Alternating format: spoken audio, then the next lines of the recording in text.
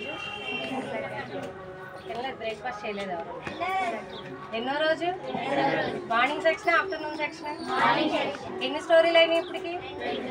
గుర్తున్నాయి పేర్లు? లేవా? అయ్యో లేవా?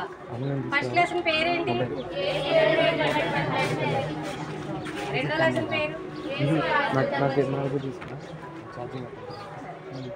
ఈ రెండు లెసన్స్ లో ఎవరి గురించి విన్నాం మనం ఎక్కువగా? యేసు అనేసి అనకూడదని నేను చెప్పారు కదా ఎంపీ గారు. యేసుక్రీస్తు ప్రభువారి గురించి ఎక్కువ వింటా వచ్చాం కదా. సరే ఈ రోజు కూడా మూడో లెసన్ వెళ్ళిపోయే ముందు ప్రార్థన చేసుకుంటాం. ప్రేమగల తండ్రి, జీవమగల దేవ, సర్వాధికారి, మీ ఘనమైన నామానికి ఎలాగో స్థుతులు స్తోత్రాలు చెల్లించుకుంటూ వస్తున్నాం తండ్రి. ఈ సెకండ్ డే VBSలో మొదటి సెక్షన్లో దేవానైనా మెయిన్ లెసన్ కొరకే నిలబడుతుండగా మీరే నన్ను అభిషేకించండి.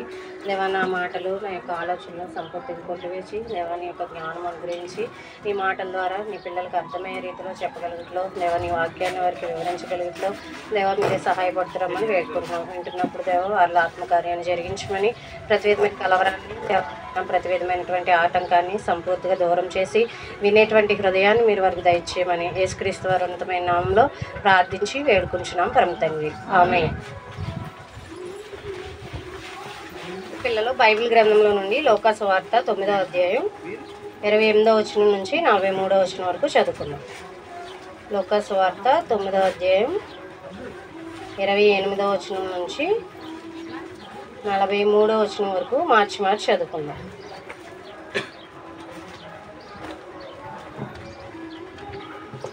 ఈ మాటలు చెప్పినది మొదలుకొని రమారమి 8 దినములైన తరువాత ఆయన పేతురును, యోహానును, యాకోబును వెంట పెట్టుకుని ప్రార్థన చేయుటకు ఒక కొండ ఎక్కెను.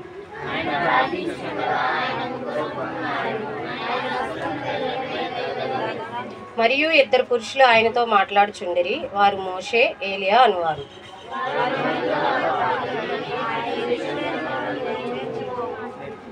పేతురును అతనితో కూడా ఉన్నవారును నిద్రమత్తుగా ఉండిరి. వారు మేల్కొన్నప్పుడు ఆయన మహిమను ఆయనతో కూడా నిలిచి ఉన్న 2 పురుషులను చూచిరి.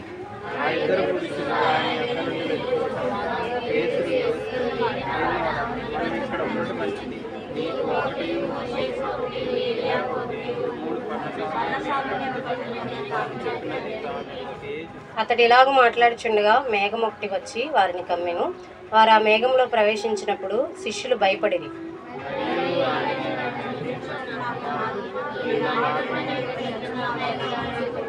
ఆ శబ్దం వచ్చిన తర్వాత యేసు మాత్రమే అగపడెను.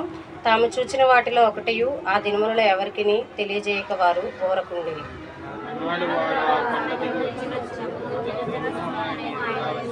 ఇదిగో ఆ జనసమూహంలో ఒకడు, బోధకుడా, నా కుమారుని కటాక్షించమని నేను వేడుకొనుచున్నాను. వాడు నాకొక్కడే కుమారుడు.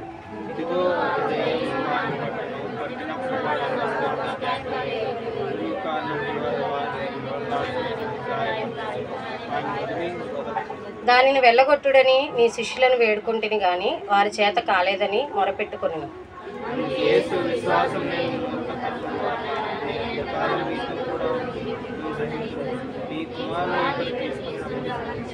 వాడు వచ్చిండగా ఆ దెయ్యము వానిని పడద్రోసి విలవిలలాడించెను. యేసు ఆ అపవిత్రాత్మను గద్దించి బాలుని స్వస్థపరిచి వాని తండ్రికి అప్పగించెను. ఓకే పిల్లలు, ఇక్కడ మనం చదువుకున్నటువంటి 28వ వచనం నుంచి 43వ వచనం వరకు కూడా 2 సంఘటనలు కనబడుతున్నాయి కదా. 2 సంఘటనలు కనబడుతూ ఉన్నాయి. ఈరోజు మన లెసన్ పేరు ఏంటంటే యేసుక్రీస్తు ప్రభువారు రూపాంతరం పొందుట. యేసుక్రీస్తు ప్రభువారు కొండ మీద రూపాంతరం పొందుట అనేటువంటి లెసన్ గురించి మనం తెలుసుకుందాం. ఇప్పుడు మనం చదువుకున్న భాగంలో ఎన్ని భాగాలు కనబడుతున్నాయి? 2 కదా. మొట్టమొదటిగా యేసుక్రీస్తు ప్రభువారు రూపాంతరం పొందుట అనేటువంటి అనుభవం గురించి వ్రాయబడి ఉంది. రెండవదిగా చూసినట్లయితే ఒక దెయ్యం పట్టినటువంటి ఒక బాబుని లేదంటే ఒక వ్యక్తిని యేసుక్రీస్తు ప్రభువారు ఏ విధంగా స్వస్థపరుస్తూ వచ్చారో అనేటువంటి సంఘటన కూడా వ్రాయబడుతూ వచ్చింది. సరే, యేసుక్రీస్తు వారి జీవితం బెత్లెహేంలో ఆయన పుట్టినప్పటి నుంచి ప్రారంభమైందా? చెప్పండి. యేసుక్రీస్తు ప్రభువారి యొక్క జీవితం అంటే ఆయన జీవించి ఉండడం బెత్లెహేములో పశువుల పాకలో ఆయన పుట్టినప్పుడే ప్రారంభమైందా? కాదు కదా. యేసుక్రీస్తు ప్రభువారి జీవితం ఎక్కడ ప్రారంభమైంది? పరలోకంలోనే స్టార్ట్ అవుతూ వచ్చింది. అయితే ఆయన ఎప్పుడు కూడా పరలోకంలో ఉండి తండ్రితో పాటు కలిసి ఉండేటువంటి వాడు. అయితే ఒకానొక సందర్భం వచ్చినప్పుడు యేసుక్రీస్తు ప్రభువారు పాపముతో నశించిపోతున్న తన మానవాళిని అందరినీ అంటే ప్రజలందరినీ కూడా రక్షించుటకు ఈ భూలోకానికి వస్తూ వచ్చాడు. యేసుక్రీస్తు ప్రభువారు మొట్టమొదటిగా తండ్రితో ఉండేటప్పుడు ఇలా మహిమతో నింపబడి ఉండేటువంటి వాడు. ఆయన స్వరూపం ఎవరికీ తెలియదు, మహిమతో నింపబడి ఉండేటువంటి వాడు. అయితే భూలోకంలో ఉన్నటువంటి ప్రజలందరూ కూడా పాపం చేసి నశించిపోతూ ఉన్నారని వారిని రక్షించుట కొరకు యేసుక్రీస్తు ప్రభువారు ఈ లోకానికి వస్తూ వచ్చారు. అయితే ఆయన వచ్చినప్పుడు ఏం చేస్తూ వచ్చారంటే తన మహిమ అంతా ప్రక్కన పెట్టేసి వచ్చేసారంట. ఆయన మహిమా స్వరూపిగా ఈ లోకంలోకి వస్తే ఎవరు ఆయనను చూడలేరు. కాబట్టి ఆయన ఏం చేస్తూ వచ్చాడంటే ఆయన మహిమనంతా కూడా ప్రక్కన పెట్టి ఈ లోకంలోనికి వస్తూ వచ్చారు. అయితే యేసుక్రీస్తు ప్రభువారు ఈ లోకంలోకి వచ్చిన తర్వాత ఆయన పరిచర్య ప్రారంభం చేయముందు ఏం చేస్తూ వచ్చారంటే బాప్తీసం తీసుకోవడానికి బాప్తీసం ఇచ్చేటువంటి యోహాను దగ్గరికి వెళ్తూ వచ్చారు. వెళ్తూ వచ్చినప్పుడు యోహాను ఏం చేస్తూ వచ్చాడు, యేసుక్రీస్తుని చూసి ఇదిగో లోక పాపం మోసుకొని పోవు దేవుని గొర్రెపిల్ల అని చెప్తూ వచ్చారు. సాధారణంగా ఇదిగో అనే మాట ఎప్పుడు ఉపయోగిస్తాం? ఒక వ్యక్తిని, నూతనమైన వ్యక్తిని కానీ లేదా ఒక ప్రత్యేకమైన సందర్భాన్ని కానీ తెలియపరచడానికి లేదా ఒక వ్యక్తిలో ఉన్న నూతన గుణాన్ని తెలియపరచడానికి ఏదైనా జ్ఞాపకం ఉంచుకోవాల్సినటువంటి విషయం వచ్చినప్పుడు లేదైనా ఏదైనా అంటే ప్రత్యేకత ఉండినప్పుడు మాత్రమే ఇదిగో అనేటువంటి మాట ఉపయోగిస్తాం. యోహాను ఎందుకు ఇదిగో అనేటువంటి మాట ఉపయోగిస్తూ వచ్చాడంటే యేసుక్రీస్తు ప్రభువారు ఒక సామాన్యమైన వ్యక్తి కాదు, ఆయన దేవుని ఆత్మచేత నింపబడిన వ్యక్తి, సాక్షాత్తు దైవ కుమారుడని చెప్పడానికి గుర్తుగా ఇదిగో లోక పాపమును మోసుకుని పోవో దేవుని గొర్రెపిల్ల అనేటువంటి మాటను ఉపయోగిస్తూ వచ్చాడు. అయితే మనం కూడా యేసుక్రీస్తు ప్రభువారి గురించి ఎప్పుడు ఏం చేయాలి? నూతనమైనటువంటి సంగతులను మనం తెలుసుకుంటా ఒక ప్రత్యేకమైన వ్యక్తిగా మాత్రమే గుర్తించాలి ఆయన్ని కదా. నిన్న చెప్తూ వచ్చారు సెకండ్ లెస్లో యేసుక్రీస్తు ప్రభువారికి ఉన్నటువంటి లక్షణాల్లో ఒకటేంటి, అద్భుతాలు చేసేవాడు కదా, అంటే ఆశ్చర్యకరుడు అనేటువంటి పేరు కూడా ఆయనకుంది. అదేవిధంగా యేసుక్రీస్తు ప్రభువారు కూడా ఒక ప్రత్యేకమైన వ్యక్తి, ఇట్స్ నార్మల్ పర్సన్ కాదు కదా, ఆయన మనకులాగా ఒక నార్మల్ వ్యక్తి కాదు. ఇప్పుడు సహజంగా మనం అందరం కూడా పాపం చేయాలంటే చేసేస్తాం, ఎంత సెల్ఫ్ కంట్రోల్ ఉన్నప్పటికీ ఎంత ఆశా నిగ్రహం ఉన్నప్పటికీ ఒక పరిస్థితి వచ్చినప్పుడు పాపం చేయాలి అనుకుంటే ఖచ్చితంగా చేసేస్తామట. కానీ యేసుక్రీస్తు వారు మాత్రం ఎప్పుడూ పాపం చేయరట, ఎందుకంటే ఆయన స్వభావం కాదది, పాపము చేయజాలడు అని ఉంటుంది బైబిల్ గ్రంథంలో. సో మనం ఏంటంటే లోకంలో ఉండేటువంటి వారం మనం ఎప్పుడు పాపంలో పడిపోతూ ఉంటాం, పాపంలో కలిసిపోతూ ఉంటాం, చేయాలంటే చేసేస్తాం, లేదంటే కంట్రోల్లో ఉండాలంటే ఉంటాం. కానీ యేసయ్య స్వభావం చూసినట్లయితే ఆ రీతిగా ఉండదనమాట. సో అందుకని యోహాను యేసుక్రీస్తు ప్రభువారిని పరిచయం చేస్తా ఇతను ఒక ప్రత్యేకమైనటువంటి వ్యక్తి, ఇతను నార్మల్గా మనలాంటి వ్యక్తి కాదని తెలియపరచడానికి ఇదిగో అనేటువంటి మాట ఉపయోగిస్తూ ఉంటాడు. అయితే యేసయ్య ఈ లోకానికి వచ్చిన సందర్భము వచ్చిన తర్వాత తన శిష్యులైనటువంటి వారికి తన చుట్టూ ఉండే ప్రజలకు కూడా నేను దేవుని నుండి పంపబడినటువంటి వాడిని, నేను దేవుని కుమారుని, తండ్రి నన్ను పంపుతూ వచ్చాడు, తండ్రి చిత్తాన్ని నేను నెరవేర్చడానికి, తండ్రి నాకు అప్పగించిన పని నెరవేర్చడానికి నేను వచ్చానని అనేక పర్యాయాలు చెప్తూ ఉండేవాడట. కానీ ఎవరు ఎక్కువగా నమ్మేవారు కాదు, బహుకొద్ది మంది మాత్రమే ఆయన దేవుని కుమారుడని విశ్వాసం ఉంచుతూ వచ్చేవారు అనమాట. అయితే యేసుక్రీస్తు ప్రభువారు ఈ భూలోకానికి వచ్చిన తర్వాత ఆయనకు తెలుసు ఆయన ఏ పర్పస్తో ఈ భూలోకానికి వచ్చాడు అనేది ఆయనకి బాగా తెలుసు. ప్రజల నిమిత్తం నేను సిలువలో మరణం పొందవలసి ఉందని ఆయన బాగా ఎరిగి వచ్చాడు. ఎరిగి ఉన్న తర్వాత ఆయన తరచుగా ఎక్కువ ప్రార్థనలో గడుపుతూ ఉండేవాడు. అయితే యేసుక్రీస్తు వారు ఈ విషయాన్ని అంటే నేను సిలువలో మరణం పొందాలి, సిలువలో నేను చనిపోతేనే తప్ప మీకు నిత్య జీవం దొరకదని ఎన్నోసార్లు చెప్తూ ఉండేవాడు. చెప్తూ ఉన్నప్పుడు శిష్యులు ఆ మాటని పెద్దగా నమ్మేవారు కాదు, అర్థం చేసుకోలేకపోయారు. ఎందుకంటే మనతో ఉండేటువంటి యేసుక్రీస్తు వారు సిలువ మరణం పొందవలసినటువంటి అవసరత ఆయనకి ఏముంది, ఎందుకు అంత క్రూరమైనటువంటి మరణాన్ని ఆయన పొందుతారు, ఏం పొందరు, ఏదో చెప్తున్నారేమో అని ఆ మాటలు అంతగా పట్టించుకునేటువంటి వారు కాదు. వాళ్ళు ఇంకా చెప్పాలంటే ఆయన్ని అంతగా అర్థం చేసుకునేటువంటి స్థితి కూడా వారికి లేదనమాట. సరే, అయితే దేవుడు మాత్రం పదే పదే నమ్మండి, నేను సిలువ కార్యం పొందడానికి ప్రజలైనటువంటి వారందరినీ రక్షించడం కోసమే దేవుడు నన్ను పంపుతూ వచ్చాడు, అందుకే నేను ఈ లోకానికి వస్తూ వచ్చానని చెప్తూ ఉండేవారు. కానీ వారు మాత్రం నమ్ముతూ ఉండేటువంటి వారు కాదనమాట. అయితే ఒకానొక రోజు యేసుక్రీస్తు తన శిష్యుల్ని తీసుకుని ఒకానొక రోజు కొండ మీద ప్రార్థించడం కొరకే వెళ్తూ వచ్చాడు. శిష్యులు తీసుకుని ప్రార్థించడం కొరకే వెళ్ళాడు. ఎంతమంది శిష్యులు ఉన్నారు యేసయ్యకి? ఎంతమంది? గట్టిగా చెప్పండి అమ్మ కొంచెం. 12 మంది, 12 డిసైపుల్స్ ఉన్నారు కదా. అయితే ఆ 12 మందిలో కూడా ఆయన ఎక్కువగా 3 శిష్యులను మాత్రమే తీసుకుని వెళ్ళేవాడు ఎక్కడికైనా. ఎవరో చెప్తారా? ఓకే, పేతురు, యాకోబు, యోహాను. మనకు ఒక డౌట్ రావాలి, అంతమంది శిష్యులు ఉన్నారు అంటే 12 మంది శిష్యులు ఉన్నారుగా, ముగ్గురిని ఎందుకు పిలుస్తున్నాడు యేసయ్య పదే పదే? ప్రతిసారి వాళ్ళని ఎందుకు తీసుకువెళ్తున్నాడంటే మిగిలిన వాళ్ళలో అంతగా ఆసక్తి కనబడదు, కానీ ఈ ముగ్గురు కూడా ప్రభు ఏది చెప్పినా వినడానికి కానీ ప్రభు యొక్క లక్షణాలని గ్రహించడానికి కానీ ఎక్కువ ఆసక్తి కలిగినటువంటి వారుగా ఉండేవారు. ఇప్పుడు చూడండి, మనకు కూడా చాలా మంది ఫ్రెండ్స్ ఉంటారు, కానీ బెస్ట్ ఫ్రెండ్స్ వేరే ఉంటారు కదా. ఫ్రెండ్స్ అంటే చెప్పేస్తాం, బెస్ట్ ఫ్రెండ్స్ ఎవరంటే సపరేట్ చేసి చెప్తూ ఉంటాం. ఓన్లీ బెస్ట్ ఫ్రెండ్స్తో మాత్రమే మన అన్ని విషయాలు షేర్ చేసుకుంటాం కదా. ఇంట్లో పేరెంట్స్తో షేర్ చేసుకోలేనివి, తర్వాత నైబర్స్తో షేర్ చేసుకోలేనివి, రిలేటివ్స్తో షేర్ చేసుకోలేనివి ఎవరితో చెప్తాం మనం? బెస్ట్ ఫ్రెండ్స్తో చెప్పేసుకుంటాం కదా. చెప్తారా చెప్పరా? నార్మల్ ఫ్రెండ్స్తో చెప్తారా? చెప్పరు కదా. యేసయ్య కూడా తనలో ఉండేటువంటి హృదయ రహస్యాలు కానీ, తన తండ్రి పంపిన చిత్తం కానీ, తనకి ఏదైనా బాధ వచ్చినా ఏ సిచ్యువేషన్ అయినా కూడా ఈ ముగ్గురు శిష్యులతోటి ఎక్కువగా పంచుకునేవాడంట. ఎవరితో పంచుకునేవాడు? ముగ్గురు శిష్యులతో. ఎందుకు ఆ ముగ్గురు శిష్యుల్ని ఎక్కువగా దేవుడు ఇష్టపడుతూ వచ్చేవాడు? ఎందుకు వాళ్ళనే ఎక్కువగా ప్రతిదానికి తీసుకువెళ్తూ వచ్చేవాడు అంటే, ముగ్గురిని ఒకసారి చూసుకుందాం మనం. పేతురు గురించి కనుక మనం చూస్తే, పేతురు నీటి మీద నడిచిన సందర్భం తెలుసు కదా మీకు. నడుస్తున్నప్పుడు మునిగిపోతూ ఉన్నప్పుడు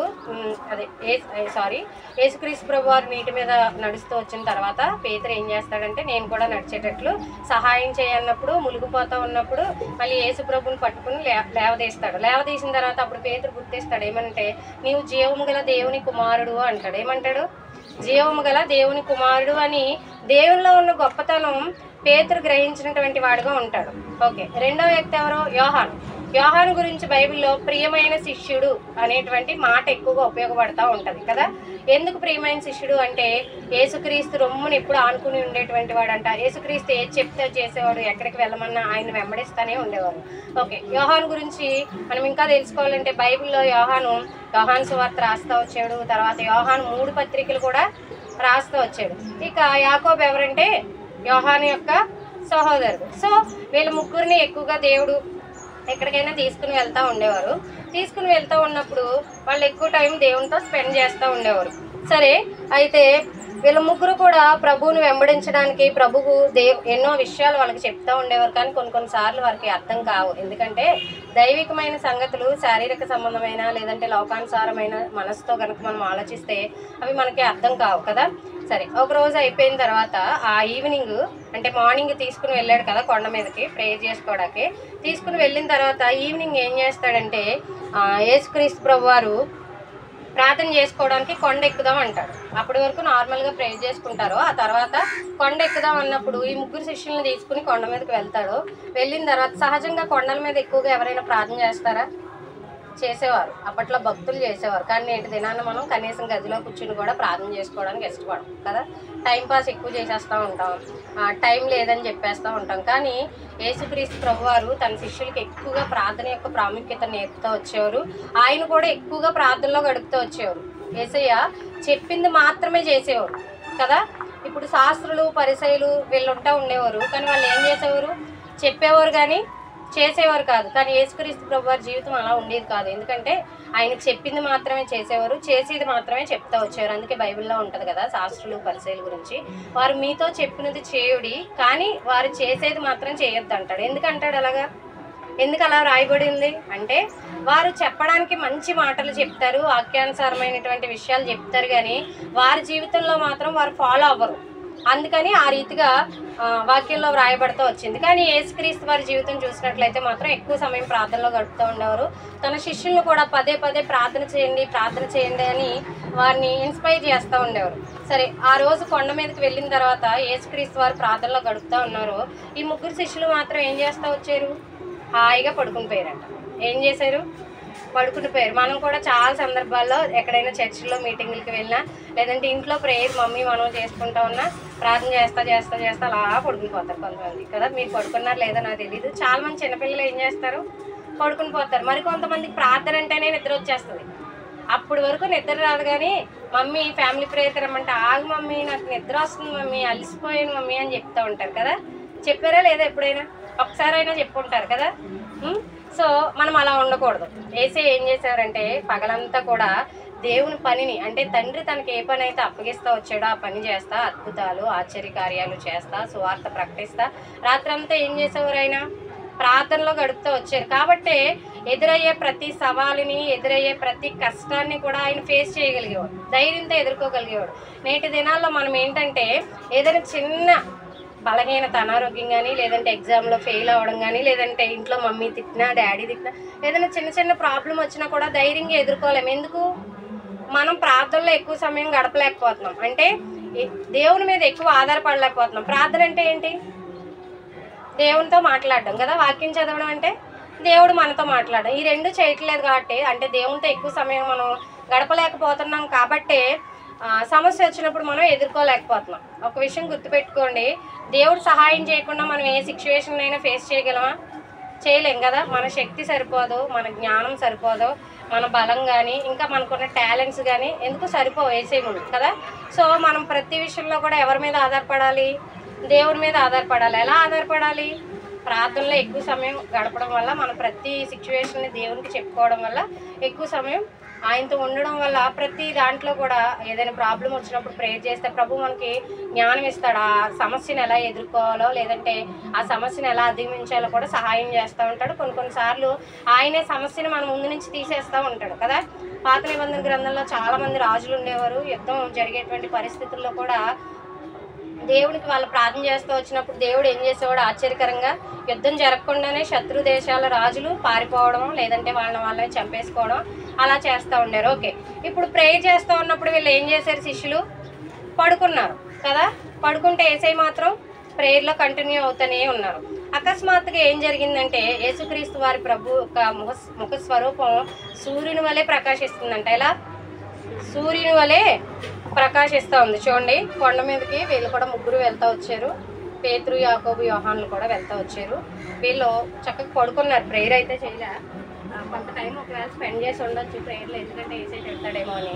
కానీ తర్వాత పడుకుని పోయిన తర్వాత యేసుక్రీస్తు వారి యొక్క ముఖ స్వరూపం సూర్యుని వలె ప్రకాశిస్తుందట. ఆయన తండ్రి వద్ద ఉన్నప్పుడు ఎలా ఉండేవాడు? మహిమలతో ఉండేవాడు కదా, మహిమతో నింపబడి ఉండేటువంటి వాడు కదా. మనుషులు ఎవరు చూడలేదు ఆ మహిమని. అటువంటిది ఇప్పుడు ప్రార్థనలో గడుపుతున్నప్పుడు కూడా ఆయన ముఖస్వరూపం ఎలా మారిపోయింది? సూర్యుని వలె. సూర్యుని ఎవరైనా చూడగలమా? చూడలేం కదా. మరి యేసు ప్రభు గురించి ఒక మాట ఉంటుంది, కోటి సూర్య కాంతులు గలవాడు కదా. కోటి సూర్య యొక్క కాంతి కన్నా ఎక్కువ తేజస్సు కలిగినటువంటి వాడు. ఆయన్ని చూడగలమా? చూడలేం. కానీ ఆయన ఏం చేశాడంటే, భూలోకానికి మనం చూడలేమని ఒక నరరూపిగా, ఒక మానవ అవతారంలో లోకానికి వచ్చి వచ్చాడు. అయితే ప్రేయర్ చేస్తూ ఉన్నప్పుడు ఆయన ముఖం అంతా కూడా సూర్యుని వల్లే ప్రకాశిస్తూ వచ్చిందంటే, ఇంకా ఆయన వస్త్రాలు మంచు వలె, హిమము వలె తెల్లనిగా మారిపోయినాయి అంట. మారిపోతూ ఉన్నాయి. ప్రేయర్ చేస్తూ ఉన్నారు. అయినా కూడా యేసుక్రీస్తు ప్రభు వారు ప్రేయర్లో కంటిన్యూ అవుతూనే ఉన్నారు. సడన్గా ఇంకొక విషయం ఏం జరిగిందంటే,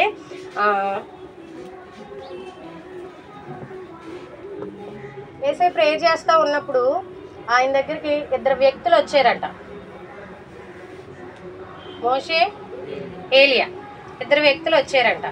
అదేంటి, ఆయన ప్రేయర్ చేసుకుంటున్నప్పుడు వాళ్ళిద్దరు ఎందుకు వచ్చారు? ఆయన ఒక మంచి ప్రేయర్లో కంటిన్యూ అయిపోతున్నారు కదా, వాళ్ళిద్దరు ఎందుకు వచ్చారంటే, ఒకవేళ యేసుక్రీస్తు ప్రభు వారికి మోషేతోటి లేదంటే ఏలియాతో ఏమన్నా సహవాసం ఉందా? లేదు. ఎందుకంటే యేసుక్రీస్తు వారు జీవించక ముందు, అంటే ఈ భూలోకానికి రాకముందు 1500 సంవత్సరాల క్రితం మోషే ఉండేటువంటి వాడు భూమి మీద. తర్వాత ఆయన చనిపోయాడు, ఆయన టైం అయిపోయింది, వెళ్ళిపోయారు. తర్వాత యేసుక్రీస్తు వారు ఈ లోకానికి రాకముందు 900 సంవత్సరాల క్రితం ఏలియా ప్రవక్త ఉండేటువంటి వాడు. ఆయన కూడా తన పని అయిపోయింది, దేవుడు పిలుచుకున్నారు, వెళ్ళిపోయారు, అయిపోయింది. అయితే మరి ఇప్పుడు ఎందుకు వాళ్ళు వచ్చారు అంటే, యేసుక్రీస్తు వారితో ఒక ప్రాముఖ్యమైనటువంటి సంభాషణ వారు కలిగి ఉండడానికి వస్తూ వచ్చారు. అదేంటో తర్వాత చూసుకుందాం. సరే, వీళ్ళ గురించి కొన్ని విషయాలు తెలుసుకుందాం. మోషే గురించి మీకు తెలిసిన విషయాలు చెప్పండి, గట్టిగా చెప్పండి. నాయకుడు. ఓకే, ఇంకా మీకు తెలుసు కానీ చెప్పట్లేదు ఏమంటామో అనేసి. సాత్వికుడు, మంచి సాక్ష్యం పొందుకున్నవాడు. సరే, నేను చెప్తాను. మోషే ఐగుప్తు ప్రజలని, ఇశ్రాయేల్ ప్రజల్ని ఐగుప్తు యొక్క బానిసత్వం నుంచి విడిపించడానికి దేవుడు ఏర్పరచుకున్నటువంటి ఒక మంచి సాధనంగా ఉండి, ఒక మంచి నాయకుడిగా ఉండి, ఆ యొక్క ఇశ్రాయేలు ప్రజల్ని ఐగుప్తు నుండి విడిపించేటువంటి ఆ ప్రయాణంలో ఎన్నో సమస్యలు ఎదుర్కొంటూ వచ్చాడు. ఫరో ద్వారా ఎన్నో సమస్యలు వచ్చాయి రాలేదా? కదా, సైన్యం తరిమేటువంటి పరిస్థితులు, తర్వాత ఏ ప్రాంతాల గుండా వెళ్తున్నా ఆ ప్రాంతాల్లో రాజులు యుద్ధానికి వచ్చే పరిస్థితులు, తర్వాత మరి ఏ ప్రజలను అయితే మరి కానాను ప్రాంతానికి నడిపించాలనుకుంటా వచ్చాడో ఆ ప్రజలే తిరుగుబాట్లు చేసేటువంటి పరిస్థితులు, సనిగే పరిస్థితులు, గొణిగే పరిస్థితులు. అయినా కూడా మోషే ఏం చేస్తాడు? ఎక్కడ కూడా కాంప్రమైజ్ అవ్వలేదు. దేవుడు తనకి ఏ పని అయితే చెప్తాడో ఆ పనిని చివరి వరకు కూడా జరిగిస్తూ వచ్చాడు కదా. దేవుని అప్పగించినటువంటి పనిని సంపూర్తి చేసిన తర్వాతే ఆయన వెళ్ళిపోతూ వచ్చాడు. అంటే చివరిలో ఆ కానాను దేశంలోని ప్రవేశించలేకపోతాడు, కానీ చివరి వరకు కూడా నడిపించిన తర్వాత ఆయన వెళ్ళిపోతూ వస్తాడు. తర్వాత చూసినట్లయితే మోషే ద్వారా 10 ఆజ్ఞలు కలిగిన ధర్మశాస్త్రం మనకు అనుగ్రహింపబడుతూ వచ్చింది. ధర్మశాస్త్రం అంటే గుర్తొచ్చే పేరేంటి? మోషే కదా. ఎందుకంటే మోషే ఆ కొండ మీదకి వెళ్ళిన తర్వాత, ప్రార్థనలో ఉండిన తర్వాత మాత్రమే ఒక మనిషితో దేవుడు ఒక మనిషితో మాట్లాడినట్టుగా దేవుడు మోషేతో మాట్లాడి ఆ యొక్క 10 ఆజ్ఞలు తనకి ఇస్తాడు, తర్వాత తీసుకొస్తాడు. సో ధర్మశాస్త్రం కూడా మోషే ద్వారా అనుగ్రహింపబడుతుంది. ఈ మోషే యొక్క ప్రాముఖ్యత, ఏలియా యొక్క ప్రాముఖ్యత చెప్పండి. ఏలియా గుర్తున్నాడా? మర్చిపోయారా? చెప్పగలరు ఏలియా గురించి? తెలుసు అసలు ఏలియా? చెప్పండి అమ్మా. నేనేం కొట్టేను తిట్టేను ఏమన్నా. సరే, ఏలియా గురించి కూడా నేనే చెప్తాను వినండి, ఎందుకంటే మీరు చెప్తారంటే టైం అయిపోతూ ఉంటుంది. ఏలియా ఒక ప్రార్థనాపరుడైనటువంటి ప్రవక్తగా వచ్చేవాడు. ఏలియా యొక్క జీవితం కూడా మనం చూస్తూ వచ్చినట్లయితే బయలు అనేటువంటి ఆ దేవత, లేదంటే బయలుకు పూజించేటువంటి 450 మంది ప్రవక్తలు ఒక పక్షంగా నిలబడితే ఏలియా ఒక్కడు మాత్రమే యెహోవా దేవుడు పక్షంగా నిలబడి ప్రార్థన చేస్తూ వచ్చినప్పుడు ఏమైంది? అగ్ని ఆకాశం నుండి దిగివచ్చి కింద ఉన్నటువంటి ఆ బలి అర్పణలన్నిటిని కూడా దహించి వేసింది. అక్కడ మనం ఒక విషయం గమనించాలి. ఏంటంటే ఏలియా నిజమైనటువంటి దేవుణ్ణి ఆరాధిస్తున్నాడు, నిజమైనటువంటి దేవునికి ఒక ప్రవక్తగా ఉంటూ వచ్చాడు. అంతేకాదు ఏలియా గురించి ఇంకొక మాట ఉంటుంది. ఏలియా మనవంటి స్వభావం గల మనుషుడే అంట, కానీ మనలాంటి మనుషుడైనా కూడా అతడు ప్రార్థన చేస్తే 3.5 years ఏం రాలేదు, వర్షం రాలా. మళ్ళా ప్రేయర్ చేసినప్పుడు మళ్ళా వర్షం వచ్చింది కదా. అంటే ఒక మనుషుడే, కానీ ఎంత బలమైన ప్రేయర్ చేస్తూ వచ్చాడంటే దేవునితో ఎంత ఆత్మీయ సహవాసం కలిగి ఉన్నాడు. మనం ఉంటున్నాం అలాగా? ఉండలేకపోతున్నాం కదా. మనం ప్రార్థన చేస్తే వెంటనే రిజల్ట్ వస్తుందా? అంటే మనదా ప్రాబ్లం దేవుందా? ఖచ్చితంగా మందే కదా. ఎందుకంటే ఆనాడున్న దేవుడే ఈనాడు కూడా ఉన్నాడు.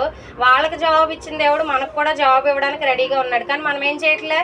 ప్రేయర్ చేయట్లే, అడగట్లే. కొన్నిసార్లు మన ఇంట్లో మమ్మీ డాడీ అయినా కానీ మనం అడిగితే ఇద్దామని వెయిట్ చేస్తారు, కానీ మనం ఏం చేస్తాం? మనం అడగకపోవడం వల్ల పొందుకోలేకపోతూ ఉంటాం కదా. సరే, వీరిద్దరూ వచ్చినప్పుడు యేసుక్రీస్తు వారు, మోషే, ఏలియా వీళ్ళు సంభాషణ కలిగి ఉన్నారు. అసలు వీళ్ళు ఎందుకు వచ్చారు అనే విషయం ఇందాక చెప్తాను అన్నాను కదా. వీళ్ళు ఎందుకు వచ్చారంటే వీళ్ళకి తెలుసు యేసుక్రీస్తు ప్రభు వారు శిలువ మరణం పొందాలి. యేసుక్రీస్తుకు కూడా తెలుసు తాను పాపంతో నశించిపోతున్న మానవాళ్ళందరినీ రక్షించాలంటే శిలువ మరణం పొందాలని ఆయన ఎరిగి ఉండే భూలోకానికి వచ్చాడు. అది వీరికి కూడా తెలుసు. శిలువ మరణం అనేది అంత సామాన్యమైన విషయమా? కాదు కదా. శిలువ మరణం చాలా కఠినమైనటువంటిది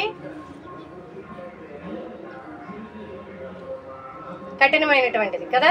సో ఆ శిలువ మరణం పొందడానికి ముందుగా యేసుక్రీస్తు ప్రభువారు ప్రార్థనలో ఎక్కువ సమయం గడిపి తండ్రిని పదే వేడుకునేవాడు. అయ్యా నాకు సహాయం చేయి, నీ చిత్తమైతే గిన్నె తొలగించు, అయినా పర్వాలే నీ ఇష్టమే చేయని వేడుకుంటూ వచ్చాడు. సరే, ఇక్కడ ప్రేయర్ చేస్తూ ఉన్నప్పుడు మాత్రం ఆయన ముఖ స్వరూపం మారిపోతూ వచ్చింది. మోషే, ఏలియాలు కూడా వచ్చి యేసుక్రీస్తుని బలపరిచారు. అంతేకాదు ఆ యొక్క శిలువ మరణం గురించి వాళ్ళ ముగ్గురు ఆలోచన కలిగి ఉండేటువంటి వారని వ్రాయబడతా ఉంది. సరే, ఇప్పుడు సడన్గా పేతురు, యోహాను, యాకోబులు పడుకున్నారు కదా. పడుకున్నారు లేదా? పడుకున్నారా? ప్రేయర్ చేస్తున్నారా? గట్టిగా చెప్పండి అమ్మా. ప్రేయర్ చేస్తున్నారా? పడుకున్నారు వీళ్ళు కదా. పడుకున్న వాళ్ళు సడన్ గా వీళ్ళిద్దరూ కూడా వచ్చిన తర్వాత వీళ్ళకి ఏమొచ్చింది? మెలకువ వచ్చేసింది. మెలకువ వచ్చి చూసేసరికి ఒక్కసారి అంత దృశ్యం అంతా వేరేగా ఉంది. వీళ్ళు పడుకునే ముందు యేసుక్రీస్తు ప్రభు వారు ఒకలా ఉన్నారు, ఇప్పుడు ఒకలా ఉన్నారు. ఏంటి డిఫరెన్స్? అప్పుడు ఒక మనిషిలా ఉన్నారు, ప్రేయర్ చేసుకుంటున్నారు. ఇప్పుడు ఆయన రూపమంతా, ఆయన ముఖమంతా సూర్యునిలా మారిపోయింది. ఆయన వస్త్రాలన్నీ హిమములాగా, మంచులాగా తెల్లగా మారిపోయి చూడడానికి కూడా కాంతిని చూడలేనంతగా ఉంటా వచ్చారనమాట. ఇప్పుడు చూస్తూ వచ్చినప్పుడు వీళ్ళకి అర్థమైపోయింది, పక్కన ఉండేటువంటి వ్యక్తులు అనేది కూడా అర్థమైంది. బహుశా ఏమన్నా గుర్తుండొచ్చు వాళ్ళకి, మోషే ఎలా ఉంటాడో లేదంటే ఏలియా ఎలా ఉంటాడని అంతకుముందు చదివిన మాటలో లేదంటే విన్న మాటలో వారు గ్రహించి ఉండొచ్చు. అందుకని వారు మోషే ఏలియాలని వాళ్ళు వెంటనే గుర్తుపట్టేస్తారు. అయితే వీళ్ళకి మెలకు వచ్చిన తర్వాత వీళ్ళిద్దరూ కూడా మేఘం వస్తుంది, ఆ మేఘంలోనికి వెళ్ళిపోదామని మేఘం వారిని కమ్ముకుంటూ వచ్చినప్పుడు వాళ్ళు వెళ్ళిపోవడానికి రెడీ అయిపోతారు. అయిపోయిన తర్వాత ఇప్పుడు వీళ్ళు ఏం చెప్తారు, వీళ్ళలో ఉండేటువంటి పేతురు ఏం చేస్తాడంటే యేసుక్రీస్తు ప్రభువారితో, యేసయ్య వీళ్ళు వెళ్ళిపోకున్నట్లు మోషేకి ఒకటి, ఏలియాకి ఒకటి, మీకొకటి, మేము ఇక్కడ పర్ణశాలలు కట్టేమా అని కంగారుగా అడిగేస్తాడు. ఎవరు? పేతురు.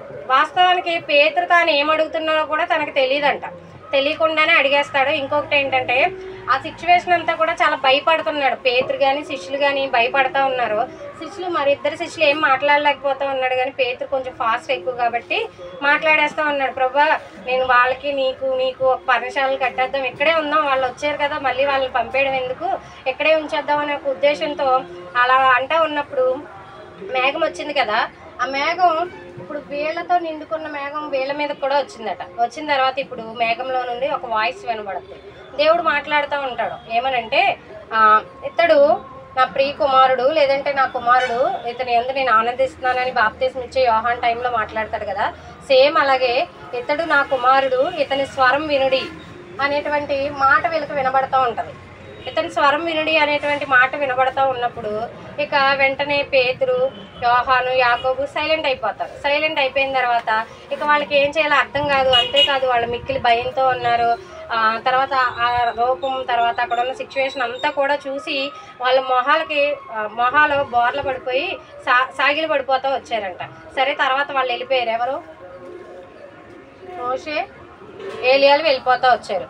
వెళ్ళిపోయిన తర్వాత వాళ్ళు ఇంకా కింద సాష్టాంగ పడిపోయిన వారు, బోర్ల పడిపోయిన వారు ఇంకా లేవలేదు. లేవకపోతే యేసుక్రీస్తు వారు వచ్చి లేవండి అనేసి చెప్పి ధైర్యం తెచ్చుకోండి, భయపడొద్దు అని చెప్తూ వస్తాడు. చెప్పిన తర్వాత అప్పుడు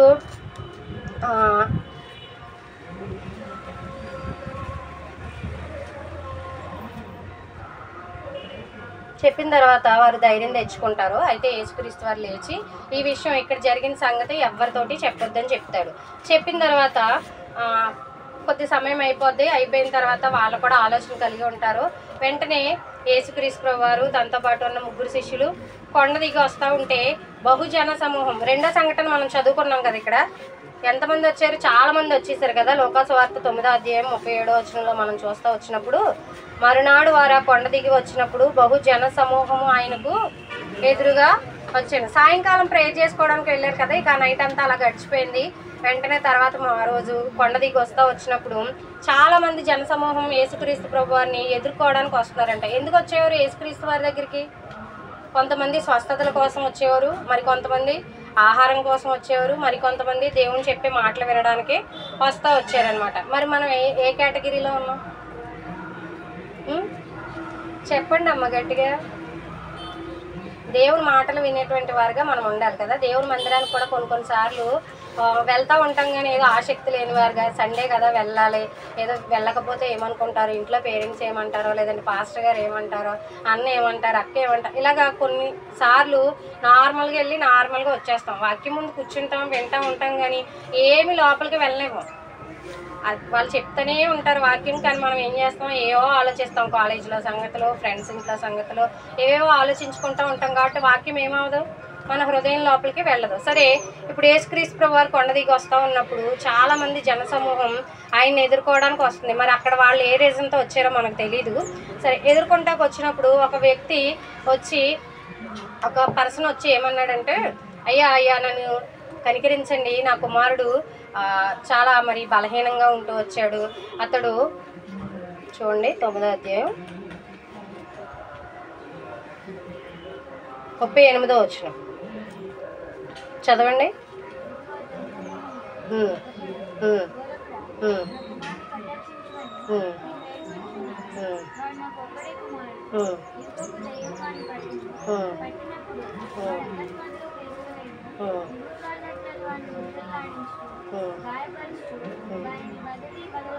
చాలు, ఇక్కడ చెప్తా ఉన్నాడు అనమాట. ఒక వ్యక్తి ఏం చెప్తున్నాడంటే, అయ్యా నా కుమారుడిని కటాక్షించండి, ఎందుకంటే అతడు నాకు ఒక్కడే కుమారుడు, అతడు దెయ్యం పట్టి బాధపడతా ఉన్నాడు. ఆ దెయ్యం పట్టినప్పుడల్లా కూడా ఏం చేస్తుందంట, ఏం చేస్తూ ఉందో కూడా ఇక్కడ వ్రాయబడుతూ వచ్చింది కదా. పట్టినప్పుడు ఏం చేస్తుందట, అది అకస్మాత్తుగా వాడిని పట్టినప్పుడు అకస్మాత్తుగా కేకలు వేయను, నురుగు కారినట్లు అది వాడిని విలవిల్లాడించు, గాయపరచు, వాడిని వదలకుండెను అని అలా చెప్తా ఉన్నాడు. ప్రభా ఇలా ఉంది నా కుమారుడి పరిస్థితి, నాకు ఒక్కడే కుమారుడు, ఇంకెవరు లేరు, కాబట్టి నీవు నా కుమారుడిని కనికరించు, నీ చిత్తమే స్వస్థపరచు అన్నప్పుడు యేసుక్రీస్తు వారు అంటూ ఉంటాడు, నీ కుమారుని తీసుకురా అన్నప్పుడు కుమారుని తీసుకొస్తాడంట. తీసుకొచ్చిన తర్వాత ఇది ఎప్పటి నుండి వీనికి పట్టింది అంటే, ఈ దయ్యం చేత ఎప్పటి నుంచి బాధపడుతున్నాడు అని యేసయ్య అడుగుతూ వచ్చినప్పుడు ఆ వ్యక్తి అంటూ ఉంటాడంట కదా, బాల్యం నుండి ఇది పట్టుకుంటా ఉంది, ఏమైనా నీ వలన అయితే కనికరించు, ఏమైనా నీ వలన అయితే స్వస్థపరచు అంటే అప్పుడు యేసయ్య అంటాడు, నమ్ముట నీ వలన అయితే నమ్మువానికి సమస్తము సాధ్యమే అంటాడంట. నమ్మితేనే కదా దేవుడి కార్యాలు చూడగలుగుతాం, మనం నమ్మకుండా దేవుని కార్యాలు చూడలేం కదా. దేవుడు యేసుక్రీస్తు వారు అలా చెప్పిన తర్వాత ఆ వ్యక్తి అంటాడు, ప్రభా నేను నమ్ముచున్నాను కానీ నాకు అపనమ్మిక రాకుండా సహాయం చేయి అన్నప్పుడు సరే అనేసి ఈలోపు ఇంకా చాలామంది సమూహం వచ్చేస్తూ ఉంటారు. దేవుడు ఏం చేస్తాడు అంటే, యేసుక్రీస్తు వారు ఏం చేస్తారు, ఈ బాబుని స్వస్థపరుస్తాడా, ఆ దయ్యం నుంచి విడిపిస్తాడా, ఏం చేస్తాడో చూడాలని ఆశతో వాళ్ళు వస్తూ ఉన్నప్పుడు అదంతా ఆ పరిస్థితి అంతా కూడా యేసుక్రీస్తు వారు గమనించి వెంటనే ఏం చేస్తూ వస్తాడంటే, ఆ బాబుని స్వస్థపరచడానికి ఇష్టపడి మోగవైన చెవిటి దయ్యమా వాడిని వదులుకోము, ఇక వానిలో ప్రవేశించ, ఇక ఎప్పటికీ అంటే ఇప్పుడు వదిలి వెళ్ళిపోయిన నీవు ఇక ఎప్పటికీ కూడా వానిలో ప్రవేశించొద్దు, ఇక ఎప్పటికీ కూడా వాడిని బలహీనపరచొద్దు, ఎప్పటికీ వాడిని బాధ పెట్టొద్దు అని చెప్తూ వచ్చినప్పుడు వెంటనే ఆ దెయ్యం వాడిని కింద పడద్రోసేసి, దేవుడు చెప్పినప్పుడు దెయ్యాలు వినాలా వినకూడదా, లోబడతాయి కదా. మనుషులుగా మనమే కొన్నిసార్లు లోబడం కానీ దేవుని మాటకి, దెయ్యాలు దేవుని మాటకు లోబడతాయి, తర్వాత దేవదత్తులు దేవుని మాటకు లోబడతాయి, సృష్టి దేవుని మాటకు లోబడుతూ ఉంటుంది. నిన్న చెప్పారు కదా, సృష్టి ఏం చేస్తుంది, దేవుని మాటకి లోబడుతుంది, కానీ మనమే లోబడం. సో ఆ తర్వాత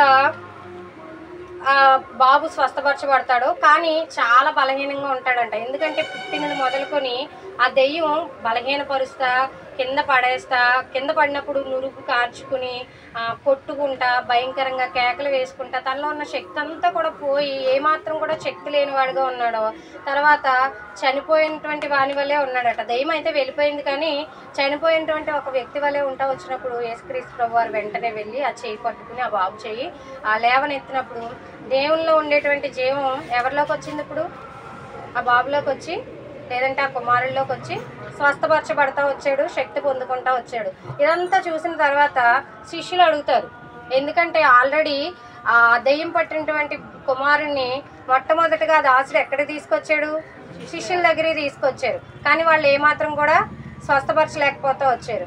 ఇప్పుడు అడుగుతూ ఉంటారు, యేసుక్రీస్తు లేదంటే యేసయ్య మేము ఎందుకు స్వస్థపరచలేకపోయాం, మా దగ్గరికి తీసుకొచ్చారు కదా, తీసుకొస్తూ వచ్చినప్పుడు మేము కూడా ప్రేయర్ చేసాం కానీ మా ద్వారా ఎందుకు జరగలేదు అని అడుగుతూ వచ్చినప్పుడు యేసుక్రీస్తు ప్రభు వారు అంటారు, మీ విశ్వాసం అల్ప విశ్వాసం, మీరు సంపూర్తిగా దేవుని మీద విశ్వాసం ఉంచలేదు కాబట్టి ఆ కార్యం మీ ద్వారా జరగలేదు. రెండోది ఏంటంటే, మీరు ఒక వ్యక్తిని స్వస్థపరచాలన్నా, ఒక వ్యక్తిలో ఉండేటువంటి అపవిత్రాత్మలు పోగొట్టాలన్నా కూడా ఉపవాస ప్రార్థన ద్వారా మాత్రమే సాధ్యమవుతుంది, కానీ మీరేదో నార్మల్గా ప్రేయర్ చేసేస్తే సాధ్యం కాదని యేసుక్రీస్తు వారు చెప్తారు. కాబట్టి మన జీవితాల్లో కార్యం జరగాలన్నా, మనం ప్రేయర్ చేసినప్పుడు ఎవరి జీవితాల్లోనైనా కార్యం జరగాలంటే ఏం కావాలి, ఫస్ట్ విశ్వాసం ఉండాలి. అందుకే కదా తండ్రితో అంటాడు యేసయ్య ఏమని, నమ్ముట నీ వలన అయితే నమ్మువానికి సమస్తం సాధ్యమే, విశ్వాసం ఉంచాలి. రెండోది ప్రార్థనా జీవితం కలిగినటువంటి వారిగా ఉండాలి. ఇంకా చెప్పాలంటే ఉపవాస ప్రార్థన చేస్తే ఇంకా మంచిది, సరేనా?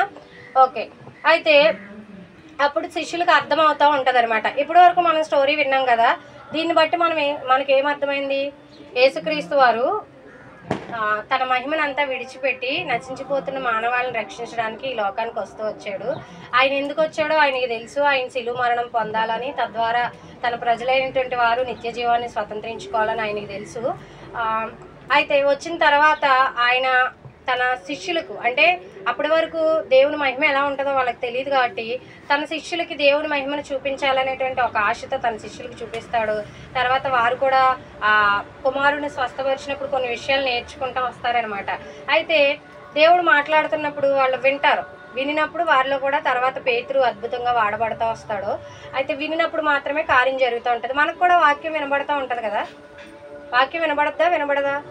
సండే స్కూల్లో వినబడద్ది, చర్చిల్లో వినబడద్ది, మీటింగ్స్లో, తర్వాత ఇటువంటి VBSలో దేవుని వాక్యం గురించి పదే పదే చెప్తూ ఉంటారు కదా. మనం విననప్పుడు మన హృదయాన్ని దేవునికి ఇవ్వనప్పుడు ఎన్ని సంవత్సరాలు VBSకి వచ్చినా, ఎన్ని సంవత్సరాలు చర్చికి వెళ్ళినా ఏమన్నా ప్రయోజనం ఉంటుందా? ఉండదు కదా. వాక్యాన్ని మనం ఎలా వినగలుగుతాం? మొట్టమొదటిగా దేవుడు మనతో మాట్లాడినప్పుడు మనం దేవుని స్వరాన్ని వింటే కనుక దేవుడి కార్యం మనం చూడగలుగుతాం. దేవుని మాటలు మనకు ఎలా అర్థమవుతాయి, ఎలా వింటాం దేవుని మాటలు మనం అంటే వాక్యం చదివినప్పుడు దేవుని మాటలు మనం వినగలుగుతాం. లేదా కొంతమంది చదువు రాని వాళ్ళు ఉంటారు, చదవలేని వాళ్ళు ఉంటారు. నిన్న ఒక బుక్ గురించి చెప్తూ వచ్చారు కదా అంకులు. అలాగా ఏదో ఒక సిచ్యువేషన్ వివరించి ఎవరైనా మనకు సువార్త ప్రకటిస్తూ ఉంటారు. ఆ ప్రకటింపబడుతూ ఉన్నప్పుడు, లేదంటే దేవుని వాక్యం మనకు వినబడుతూ ఉన్నప్పుడు, రెండవదిగా మనం ఏం చేయాలి? దేవుని వాక్యాన్ని విని, చదివే అవకాశం లేకపోయినా విని హృదయంలో విశ్వాసం ఉంచడం ద్వారా, నమ్మడం ద్వారా దేవుడు మనతో మాట్లాడుతూ ఉంటాడు. తర్వాత మూడోది, దేవుడు ఎలా మాట్లాడుతూ ఉంటాడంటే, మనం దేవుడిని నమ్ముకున్న తర్వాత, విశ్వాసం ఉంచిన తర్వాత మన క్రియలు, మన సాక్షి జీవితం ద్వారా దేవుడు ఇతరులతో మాట్లాడతాడు. ఇప్పుడు అన్ని జనులకి తెలియదు కదా. దేవుడిని ఎరిగిన వారికి ఏం తెలుస్తుంది? వాక్యం అంటే ఏంటో తెలీదు. తర్వాత చదవడం అంటే చదవడం వచ్చినా కూడా వారు చదవరు. మనం ఏదైనా చెప్దామన్నా, సువార్త ప్రకటిద్దామన్నా కొన్నిసార్లు వారు వినరు. మరి వాళ్ళకి ఎలా వెళ్తుంది? మన క్రియలు, మన సాక్షి జీవితం, మనం ఉండే మంచి నడవడికను బట్టే వారు దేవుణ్ణి తెలుసుకోగలుగుతారు. వీళ్ళు చాలా చక్కగా ఉంటున్నారు, యేసుక్రీస్తు వారిని వీళ్ళు తెలుసుకున్నారు, వీళ్ళ జీవితం చాలా బాగుంది, లోకస్తులందరిలాగా వీళ్ళు ఉండరు అని వాళ్ళు గ్రహించగలుగుతూ వస్తారు కదా. సో దేవుడు మనతో మాట్లాడాలంటే, లేదంటే దేవుడు ఇతరులతో మాట్లాడాలంటే మొట్టమొదటిగా ఏంటి? వాక్యం చదువుతూ ఉన్నప్పుడు దేవుడు మనతో మాట్లాడతాడు. రెండవదిగా వాక్యం విని, గ్రహించి, నమ్మినప్పుడు దేవుడు మనతో మాట్లాడతాడు. మూడవదిగా మన ద్వారా, మన యొక్క సాక్ష్య జీవితం ద్వారా, క్రియల జీవితం ద్వారా ఇతరులతో మాట్లాడుతూ ఉంటాడు. కాబట్టి మనం ఏం చేయాలి? వాక్యానికి ఎక్కువ ప్రాధాన్యత ఇవ్వాలి కదా. యోహాను సువార్త 1వ అధ్యాయం 14వ వచనం చూడండి. యోహాను సువార్త 1వ అధ్యాయం 14వ వచనం.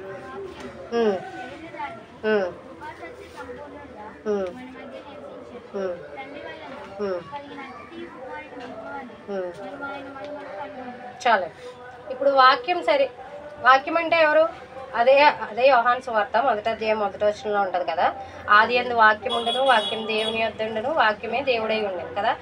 దేవుడు వాక్యమై ఉన్నటువంటి దేవుడు మన మధ్యకి ఎలా వచ్చాడు? శరీరధారిగా వచ్చి మన మధ్య నివసిస్తా వాక్యం ద్వారా ప్రతి క్షణం, ప్రతిదినం మనతో మాట్లాడుతూ ఉన్నప్పుడు మనం వాక్యాన్ని గ్రహించేవారిగా ఉండాలి, స్వీకరించేవారిగా ఉండాలి, వినిన వాక్యాన్ని విడిచిపెట్టేవారిగా ఉండకూడదు. అప్పుడు మాత్రమే మన జీవితాల్లో కార్యం చూడగలుగుతాం, దేవుని యొక్క మేలు మనం పొందుకోగలుగుతాం.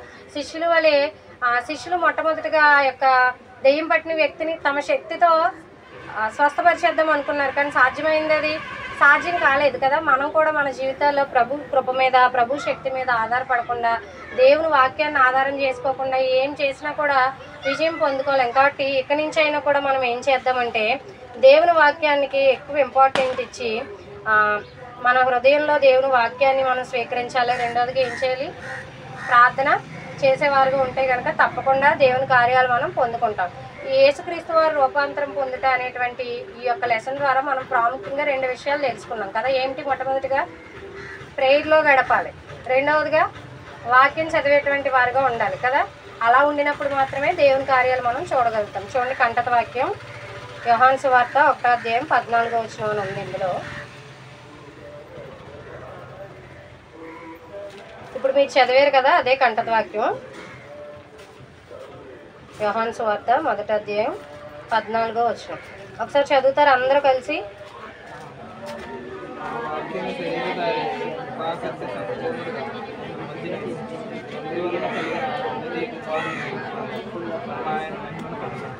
ఓకే, సరే, ప్రే చేసుకున్నాను.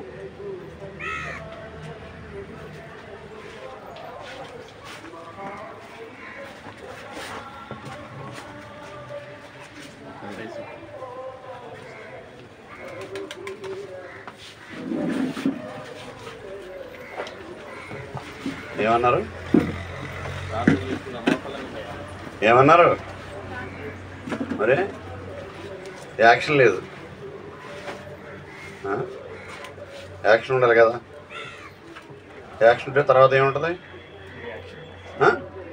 అది సో ముందు మన దగ్గర యాక్షన్ చేస్తే దేవుడు రియాక్ట్ అవుతాడు. అర్థమైందా? వాక్యానికి మనం యాక్షన్ చేస్తే ఆ యాక్షన్కి దేవుడు రియాక్ట్ అయ్యి మనకి ఏం కావాలో దాన్ని అనుగ్రహిస్తాడు. పరిశుద్ధమైన తండ్రి, మీ ఘనమైన నామమునకు వందనాలు. VBS యొక్క 2వ దినము 3వ పాఠం సీనియర్ తరగతులు నేర్చుకోవడానికి కృపనిచ్చినందుకే వందనాలు.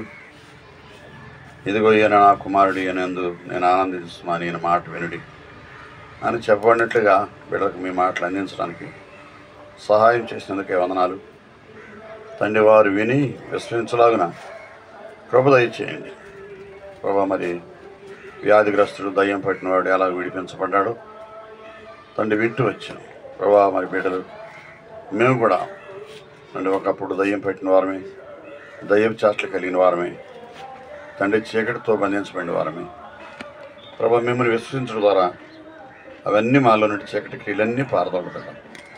ఇంకెవరైతే బిడ్డలు ప్రభువును సొంత రక్షణగా అంగీకరించలేదో, నామమాత్రంగా వచ్చేవారు ఉన్నారో వారిలో కూడా మీ కార్యం చేయండి. విశ్వసించుటకే సహాయం చేయండి. మీ వాక్యం శ్రద్ధగా చదవటకు సహాయం చేయండి తండ్రి. మరి మిగిలినటువంటి సమయం కొరకు ప్రార్థిస్తున్నాము. వర్క్ బుక్ తర్వాత హ్యాండ్ వర్క్ కూడా చేయాల్సింది, సహాయం చేయండి. అన్ని సమయానికి ఉంచుకోవడానికి కృపనిమ్మని, మరి ఒక గంట వాక్యాలు కూడా శ్రద్ధగా నేర్చుకోవడానికి బిడ్డలకు ఆసక్తిని పుట్టించమని యేసు ప్రభు నామములో స్తుతి చెల్లించి ప్రార్థిస్తున్నాము తండ్రి. ఆమేన్.